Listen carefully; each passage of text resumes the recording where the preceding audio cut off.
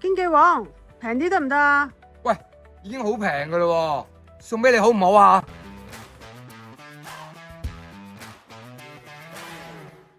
大家好，我係 Horace， 今日帶大家嚟到咧 Metro Town 去睇一間嘅 Townhouse 新嘅 listing， 係6691 Marble Avenue， 但係有5點嘅缺點咧，千祈唔好買呢間屋啊！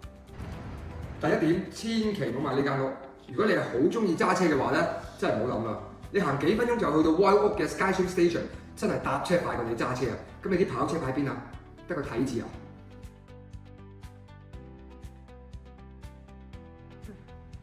第二點，千祈唔好買呢間 townhouse 嘅話，就係如果你太太好中意 shopping 買嘢嘅話咧，真係唔好諗啦。你行10幾分鐘就去到 Metro Town 同埋麗晶廣場。如果佢顧住買嘢 shopping， 邊個執屋啊？邊個煮飯啊？你去執啊？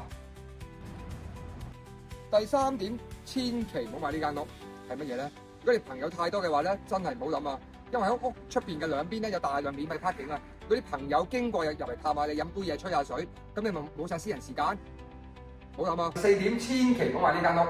如果你買 townhouse 係因為唔想前後花園要打理啲花花草草嘅話咧，真係唔好諗啦。因為呢間屋真係有前面同後面嘅花園啊！你睇下。